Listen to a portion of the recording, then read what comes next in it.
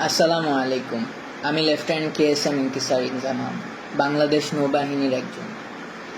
আজ আমি কোনো দলের না, কোনো সংগঠনের না, আমি আজকে জনগণ। আজকে আমি জুলুমকারীদের বিরুদ্ধে ডাক। আমাদের নেভাল একাডেমিতে ঢুকতে শেখানো হয় আল্লাহর পক্ষে লড়াই করো। ধর্ম, বর্ণ, জাতি নির্বিশেষে সত্যের পথে, নীতির পথে, ন্যায়ের পথে রুখে দাঁড়ানো যেমন একজন মুসলিমের দায়িত্ব, তেমনি প্রত্যেক জনগণের দায়িত্ব। আজ আমি প্রত্যেক জনগণের জন্য সেই ডাক। আমার এই ডাক কতদূর যাবে আমি জানি না, তবে বন্ধ করানোর জন্য রাজাকার, BNP ইত্যাদি নাম দেওয়া হবে। দাড়ি দেখে বলবে আমি জামাত শিবির, তবে আমি একজন বীর প্রতীক সন্তান। আমার বাবা আর্মিতে ছিলেন এবং মাননীয় প্রধানমন্ত্রী আপনার সাথেই SSF-এ চাকরি করেছেন। তবে জনগণ এইসব আর খায় না। Enough is enough. আমাদের দেশ আজ ভালো নেই। আমাদের জনগণ আজ আর্তনাদ করছেন। এই আর্তনাদ আজকের না, এই আর্তনাদ 2009 সালে যখন 57 জন অফিসার মৃত্যুবরণ করেন, খুন করে ফেলা হয়, মৃত্যুবরণ। এর মধ্যে ছিলেন আমার বাবার আর্মির কোর্সমেট, আমার বন্ধুদের বাবা এবং আরো অনেকেই। 1971 সালেও এত অফিসারের মৃত্যু হয় নাই। আজকে ছাত্র আন্দোলনের উপর যেই কিল অন সাইট অর্ডার দিয়েছেন, ওই দিন সেটা কই ছিল মাননীয় প্রধানমন্ত্রী? আজকে আমার এই প্রশ্ন সেই সকল অফিসারের পক্ষ থেকে যাদের চাকরি কেড়ে নিয়েছিলেন এক রাতের মধ্যে, এবং পর্যায়ক্রমে আরো যাদের চাকরি শেষ করে দেন। প্রত্যেকটা অফিসার এবং তাদের পরিবারের আতঙ্ক আমার মনে এখনো আছে। পিতৃহীন সন্তানদের কান্না কেউ ভোলে না। আজকে ছাত্রদের বিরুদ্ধে এবং জনগণের বিরুদ্ধে যে আচরণ, এই আচরণ কোথায় ছিল বিডিআর জওয়ানদের সাথে? ছাত্রদেরকে রাজাকার ডেকে আপনার ছাত্রলীগকে লেলিয়ে দিয়ে কেমনে পারলেন? কিন্তু সেদিন অফিসাররা কিছু করতে চাইলে কোনো ধরনের সিদ্ধান্ত আপনি দিতে পারলেন না। তো আপনার 2012 সালের থেকে আপনার দাড়ি পরা ছেলে রাস্তায় দেখলেও তাকে তুলে নিয়ে যান। এমন অবস্থায় গিয়েছে যে আমার উচ্চপদস্থ কর্মকর্তা আমাকে বলছে তুমিও সাবধানে বাইরে যেও, তোমাকে দেখেও তুলে নিয়ে যাবে। তাইলে আপনি এবং আপনার সরকার কি মুসলিম বিদ্বেষী? যেখানে পুরো পৃথিবীর মুসলিমরা ইসলামোফোবিয়ার বিরুদ্ধে যুদ্ধ করছেন, আপনি এই মুসলিম গরিষ্ঠ দেশে ইসলামোফোবিয়া ছড়াচ্ছেন। আমার ভাইদের আত্মমর্যাদায় আঘাত করে মরিয়া করে দিচ্ছেন। সংখ্যালঘু ভাই যারা আছেন তাদের পুঁজি করে সংঘর্ষ লাগিয়ে তাদের ক্ষতি হতে দিয়ে ডিভাইড অ্যান্ড কনকার মতাদর্শ চালাচ্ছেন। আপনি বলেন ধর্ম যার যার, উৎসব সবার, তবে আজকে আমরা বলি ধর্ম যার যার, সংগ্রাম আমাদের সবার। সাগর রুনি দম্পতির একমাত্র সন্তান মাহির সারোয়ার মেঘ রাস্তায় দাঁড়িয়ে আছে পোস্টার হাতে, জীবনের নিরাপত্তা চাই।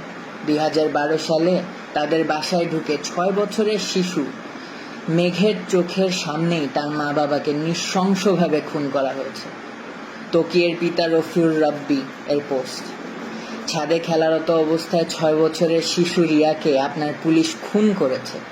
আর 4 বছরের শিশু আহাদ 8তলার বাসায় বারান্দায় দাঁড়িয়ে বাহিরে তাকিয়েছিল, পুলিশ তাকেও খুন করেছে। সরকার যেমনভাবে মানুষের নিরাপত্তা দিতে ব্যর্থ, তেমনি আপনি আপনার আশেপাশের পোষাদের নিয়ন্ত্রণ করতে ব্যর্থ। আর আপনার শেখ পরিবার নিয়ে তো আর নাই বলি। প্রত্যেকটা মসজিদে জোরপূর্বক দোয়া করাচ্ছেন, আবার এরা এদের মতো সন্ত্রাসবাদ আচরণ চালিয়ে দেশের মানুষদের ক্ষতি করতেই আছে। ছোট ছোট বাচ্চাদের 2020-এ সুশীলদের ভিতর থেকে যারা সৎসাহসী প্রতিবাদী, এরা সবাই ক্ষতিগ্রস্ত। এবং তার সাথে যুক্ত হলো মেজর সিনহা এবং আবরার ফাহাদের হত্যা। এখন এসেছেন ছাত্র আন্দোলনের বিরুদ্ধে শুট করার বেআইনি সিদ্ধান্ত নিয়ে, এবং এর মধ্যে ডিফেন্সকে জড়িত করে আমাদের আত্মমর্যাদা এবং নৈতিকতার প্রশ্ন এনেছেন। এই জন্যই আজকে আমি একটা জুনিয়র অফিসার হয়েও সকল সশস্ত্র বাহিনীর অফিসার এবং সৈনিকদের পক্ষ থেকে তীব্র প্রতিবাদ জানাচ্ছি। আপনার কারণে আজ সারা বিশ্বের সামনে আমরা লজ্জিত, এবং আমাদের ভাই বোনদের সামনেও আমরা সমালোচিত। ছাত্রদের ছোট একটা আন্দোলন, সেইটার উপায় না করে কেন আপনার এই গেদর লীগকে আমাদের ছাত্রদের উপর লেলিয়ে দিলেন? কেন? এখন আর এটা ছাত্র আন্দোলন পর্যায়ে নেই ম্যাডাম। আপনার এবং আপনার প্রসাদের সময় শেষ, ইনশাআল্লাহ। আজ আমার বার্তা শেখ হাসিনার কাছে না, আজ আমার বার্তা সবার আগে আমার সৈনিক, নেভির নাবিক এবং এয়ারফোর্সের এয়ারম্যানদের নিকট। আপনারা আমাদের ভাই, আপনাদের শক্তিতে শক্ত 3 বাহিনী। আপনারা যদি চান জনগণের পক্ষে, আপনারা সবচাইতে বড় ঢাল। অফিসার আছে, চেইন অফ কমান্ড আছে, তবে এইসব বানানো কি দালাল রাজনীতিবিদের চাকরগিরি করতে? বীর সৈনিকদের এই কলিজা? আমি জানি যে আপনাদেরও ভিতর অনেক ক্ষোভ, সত্যের পথে দাঁড়াতে না পেরে। আজকেই সময়, এই হয় জনগণের পক্ষে অস্ত্র ধরেন অথবা ভুলে যান যে আপনি একজন সৈনিক। Sir, I am reaching out to all my seniors and juniors within the 3 forces. This is that historic moment, sir. This is when you choose the right side. Let's make a difference. Sir, আমি আপনাদেরকে একজন একজন করে rich করতে পারিনি, কারণ কার মনে কি সেটা বোঝা আমার পক্ষে সম্ভব না। আমার এই জন্যই বের হয়ে আসতে হলো, কারণ আমাদের মনের কথা কারো না কারো তুলে ধরতেই হবে। তার জন্য হলাম আমি বলির বকরা। সবাই আমরা সুসন্তান। আমি জানি আপনারা জনগণের পক্ষ যেতে দ্বিধাগ্রস্ত হবেন না। Either take power to assist the citizens of the nation to make things right. Sir, 3 বাহিনীর প্রধান স্যারদের নিকট কিছু কথা। জেনারেল আজিজ, বেনজির, হারুন, বিপ্লব কুমার, এদেরকে দেখেন এবং অন্যান্য সকল তাদের ফলেন পনদেরকে দেখেন। তাদের ব্যবহার শেষ, তাদেরকে টিস্যুর মতো ফেলে দেওয়া হয়েছে, যদিও তারা এককালে দুর্নীতি রাজার মতো করেছে। স্যার, সশস্ত্র বাহিনী কোনো পুতুল বাহিনী নয়। আজকে আপনাদের সিদ্ধান্তের উপর আমাদের পূর্বের এবং আগামীর আত্মমর্যাদা নির্ভর করে। স্বার্থান্বেষী সরকার কার স্বার্থে চলে সেটা আমরা সবাই বুঝি। তাই স্যার, দিন শেষে আপনারাই লুজার। কেননা আজ এই খুনি শোষকদের পক্ষে থাকলে দিন দুনিয়া দুইটাই হারালেন। আমাদের কাজ শেখ হাসিনার জন্য মূর্তি বানানো না, বা লেডিস ক্লাব চালানো না, বা সরকারের পক্ষে পাঁচাটা কর্মকাণ্ড করা না। যদি থাকতেই হয় তাহলে জনগণের পাশে থাকা। আমাদেরকে ব্যবহার করে করে আমাদের মধ্যে রাজনীতি যেভাবে প্রবেশ করিয়েছে এই সরকার, তার উত্তর দিতে হবে।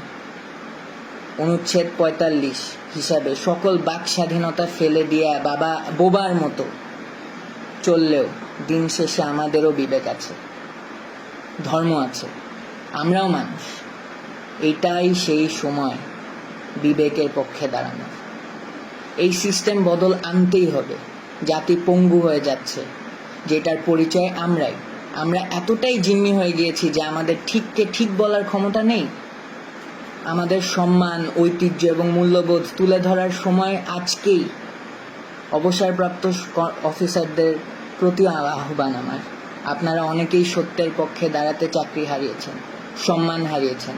আজকে গত 15 বছরের জবাব দেওয়ার সময় চলে এসেছে। জনগণের প্রতি আহ্বান আমার, 2009 গেল, আপনারা অফিসার না, তাই অফিসারদের মৃত্যুর পক্ষে সংগ্রাম করেন নাই। এরপর আবার 2018-তে ওরা এসেছিল 18-র কোটা আর নিরাপদ সড়ক চাই আন্দোলনের ছোট ছোট বাচ্চাদের, ছেলে মেয়েগুলোকে গুম খুন করতে। এবারও আপনি কিছু বললেন না, কারণ এই ছেলে মেয়েগুলো আপনার সন্তান না। 2020-এ ওরা আবার এসেছিল সুশীলদের ভিতর থেকে, যারা সৎসাহসী প্রতিবাদী, তাদেরকে গুম খুন করতে। তারপরে আপনি কিছু বলেননি, কারণ আপনি ওদের মতো সুশীল না। এখন 2024-এ ওরা এসেছে আপনাদের নিজেদের সন্তানদেরকে গুম খুন করতে। এখনো আপনারা বলছেন আপনার সন্তান না? যেদিন আপনার সন্তান হবে সেদিন পর্যন্ত অপেক্ষা করবেন? তাইলে আপনার ইচ্ছা 6 বছরের রিয়ার মতো আপনার বাচ্চা ছাদে ঘুরতে গিয়ে গুলিবদ্ধ হোক, এবং আবু সাইদ, মুগ্ধ, রাইহান, তানভীর, হৃদয় ও ওমর আরো অনেকের সন্তানের মতো আপনার ছেলে রাস্তাঘাটে মার খেয়ে গুলিবদ্ধ হয়ে পড়ে থাকুক, পুলিশের আর্মার্ড গাড়ির উপর মরে পড়ে থাকুক, যার লাশকে ঘরের ময়লার মতো ফেলে দিবে রাস্তার উপর। আপনার ছেলে নিরস্ত্র হয়ে কোনো বিল্ডিংয়ে ঝুলে আশ্রয় নিয়ে থাকা অবস্থায় এই খুনি সরকারের লোক এসে নির্দ্বিধায় গুলিবদ্ধ করে মেরে ফেলবে, এইটা চান? শিশু আহাদ এর মতো গুলিবদ্ধ হয়ে আপনার কোলের মধ্যে শেষ নিঃশ্বাস ত্যাগ করার সময় বলবে, বাবা তোমার বুকেই থাকবো আমি, তখন আপনার টনক নড়বে? এটা না চাইলে ধর্ম বর্ণ নির্বিশেষে রাজপথে আসেন। জনগণের সাথে মিলে সশস্ত্র বাহিনী এই দাবি পূরণের জন্য জনগণের সুরক্ষা নিশ্চিত করবে এবং জনগণের স্বার্থে অস্ত্র ধরবে, এইটাই আমার প্রত্যাশা।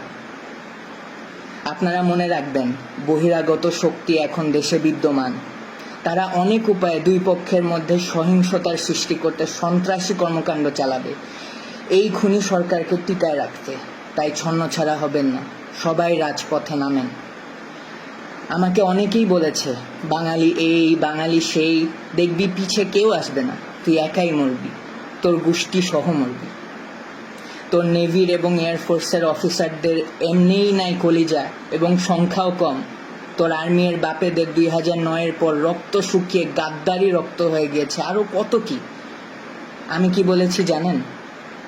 আমি বিশ্বাস করি এই দেশে এখনো ঈমান বেঁচে আছে, দেশে এখনো বিবেক বেঁচে আছে, আমার বিশ্বাস বেঁচে আছে।